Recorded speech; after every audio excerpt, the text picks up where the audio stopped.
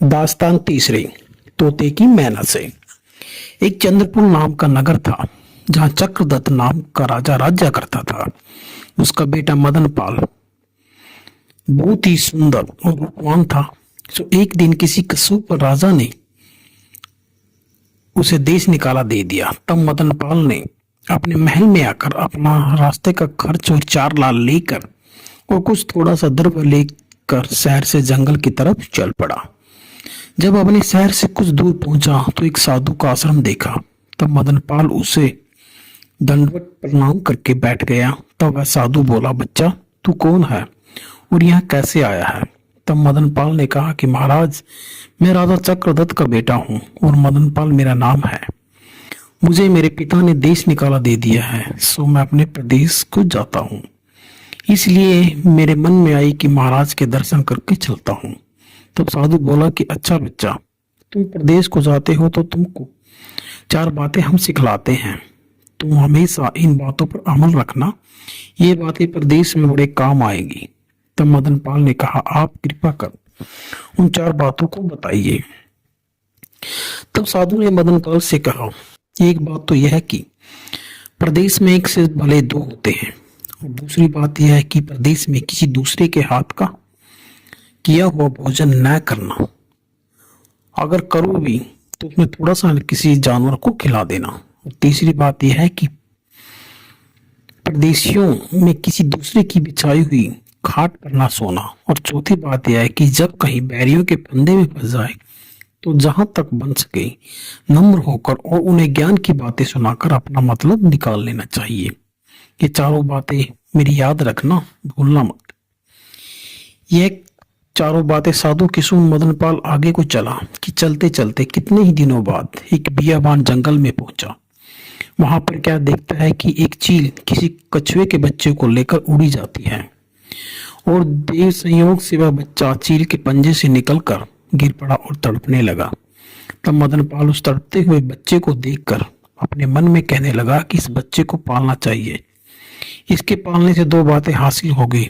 एक तो यह है कि इसकी जान बच जाएगी और दूसरी बात यह है कि 1 से 2 भले हो जाएंगे। ये बात मन में विचार कर उस बच्चे को लेकर आगे चला। तब चलते चलते बहुत मुद्दत गुजरी तो एक दिन का जिक्र है कि एक जंगल में पहुंचा। उस वक्त दोपहर का समय हो गया था तो एक पीपल के पेड़ के नीचे बैठा मीठा कुआं और उत्तम स्थान देखकर मदन पाल ने अपने मन में विचारा कि अब इसी स्थान पर दोपहरी बितानी चाहिए। यह बात सोचकर मदन पाल ने स्नान ध्यान करके जो कुछ पास खाने को होता खाया और जो कुछ बचा वो कछुए को बच्चे को खिलाया। फिर मदन पाल उस बच्चे से बोला कि हे बच्चे, तुम यहाँ बैठे रहना, मैं जरा देर सो लूं। तब बच्चे ने कहा, आप बहुत अच्छा, आप सोइए, मैं बैठा हूं। तब मदन पाल सो गया और उस पेड़ के ऊपर एक सर्प और एक कौवा रहता था। सो उनका हमेशा यह दस्तूर था कि जब कोई मुसाफिर उस पेड़ के नीचे आकर ठहरता तो सर्प उसे काटता और कौवा उसकी आंख निकाल लेता। जब मदन पाल उस पेड़ के नीचे सो रहा था तो सांप ने उस पेड़ से नीचे उतरकर मदन पाल को काट लिया और पेड़ पर चढ़ गया। तब कछुए का बच्चा मदन पाल को मरा हुआ देखकर बहुत घबराया और मन में सोचने लगा कि अब मैं क्या करूं और अब मैं कैसे अपने वतन को पहुंचूंगा। इस सोच में बच्चा मदन पाल के माथे पर बैठा बैठा रो रहा था कि इतने में कौवा भी पेड़ से नीचे उतरकर मदन पाल के माथे पर आकर बैठ गया और चाहा कि मदन पाल की आंखें निकाल लूं। तो उसी वक्त कछुए के बच्चे ने झपट कर उस कछुए कौवे को मुंह से पकड़ लिया। तब तो कौवा पुकारा कि अरे यार सांप, जल्दी से आइए, नहीं तो आज मेरी जान चली जाएगी। ये आवाज कौवे की सुनकर सांप दौड़ा वो आया और आकर देखा तो कौवे को कछुए ने पकड़ रखा है। तब सर्प ने आते ही कई फन बड़े जोर से उस कछुए पर मारे, परंतु कछुए ने अपना मुख भीतर को कर लिया। लाचार सांप जब सांप का कुछ बस नहीं चला तो कछुए से कहने लगा कि तू मेरे यार को छोड़ दे।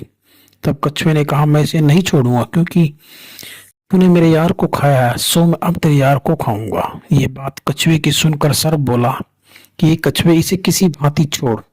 तब कछुआ बोला, जो तू मेरे यार को छोड़ दे तो मैं तेरे यार को छोड़ दूंगा। यह सुनकर सर्प ने काटी जगह पर मुंह लगाकर मदन पाल के शरीर से सब जहर चूस लिया। तब कछुए ने भी कौवे को छोड़ दिया और मदनपाल उठ बैठा और कछुए से कहने लगा कि आज तो हम बहुत सोए। तब कछुए के बच्चे ने सांप के काटने का कुल हाल कहा, जिसको सुनकर मदनपाल कहने लगा, आज उस साधु की बात काम आ गई। यदि मैं अकेला होता तो काहे को जीता बसता। यह कहकर फिर आगे को चले गए। तो कितने दिनों के बाद मदनपाल समुद्र के किनारे पर पहुंचा। तो कितने ही दिनों के बाद मदनपाल समुद्र के किनारे पर पहुंचा। तब कछुए ने कहा, हे मित्र, हमारा तो रहने का स्थान आ गया है। अगर आपकी आज्ञा हो तो मैं अपने माता पिता के पास हो आऊं। मैं जब से उनसे बिछड़ा हूं तब से मेरे बिना वे बड़े दुखी होंगे। यह बात सुनकर मदनपाल ने उस कछुए को विदा किया और आप आगे को चला गया। तो रात्रि में एक जंगल में जाकर रहा। उस जंगल में ठग रहता था। उस ठग के 4 बेटे और 2 बेटी थी। उसकी बड़ी बेटी कोक शास्त्र पढ़ी थी। तो उस समय वह अपने बाप और भाइयों से कहने लगी कि भाइयों, मुझको ऐसा सगुन मालूम होता है कि इस जंगल में कोई मुसाफिर आया है और उसके पास 4 लाल हैं। अगर तुम वह लाल ले आए तो जन्म भर के लिए निहाल हो जाओगे, मगर उसको मारना मत, जीता ही पकड़ लाओ। इस बात को सुनकर वे 5 बाप बेटे जंगल की तरफ चले और ढूंढने लगे। तो देखते क्या है कि एक मनुष्य एक पेड़ के नीचे सो रहा है और यह वही मनुष्य है जिसके पास लाल है। यह पहचान कर ठाकुर सोते हुए को पकड़ कर ले आए और अपनी बेटी के हवाले कर दिया और कहने लगे कि पकड़ लाने का काम तो हमारा था और इस पर से लालों का निकालना तेरा काम है। यह बात सुनकर ठग की बड़ी बेटी ने कहा, तुम्हें कुछ काम नहीं, उन लालों को मैं निकलवा लूंगी।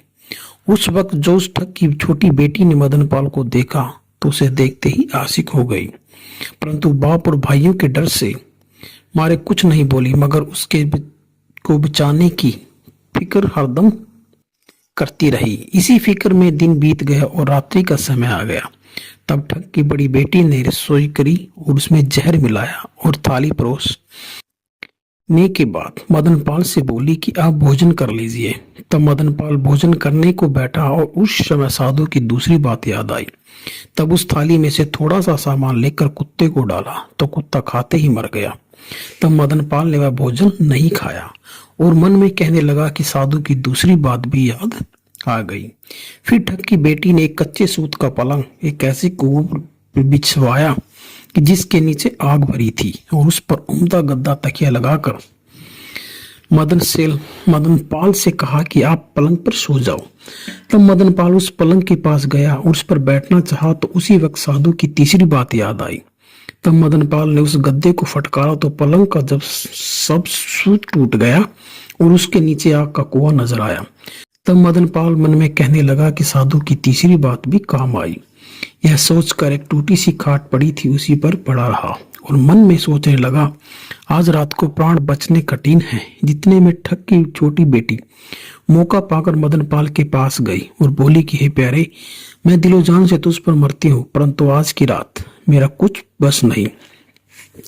आज मेरी बड़ी बहन की ओसरी है, सो जिस तरह बने उससे आज की रात इस अपने प्राण बचा लेना। कल के दिन मेरी बारी आएगी, सो मैं तेरी ताबेदार हूं, तू मुझको साफ बचा दूंगी। यह कहकर वह तो चली गई और उसकी बड़ी बहन हाथ में कटारी लेकर मदनपाल के पास आई।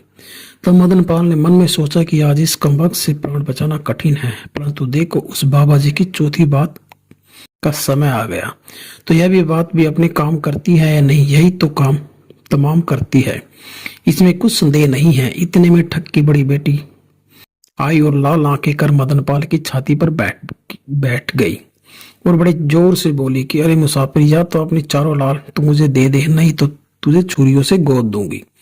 तब मदनपाल बोला कि ये ठग की बेटी, मेरे पास लाल नहीं है और जो तुम उसको मारेगी तो मारकर ऐसे पछताएगी जैसे बंजारे ने कालू कुत्ते को मारकर पछताया था। ये बात मदनपाल की सुनकर ठग की बेटी ने कहा कि बंजारा काले कुत्ते को मारकर क्यों पछताया, उसकी दास्तान आदि से अंत तक तू मुझसे कह। तब मदनपाल ने अपने मन में सोचा कि खैर कुछ देर को जान बची, आगे का ईश्वर मालिक है। यह सोचकर मदनपाल बंजारे की दास्तान कहने लगा। तो कहानी कैसी लगी दोस्तों?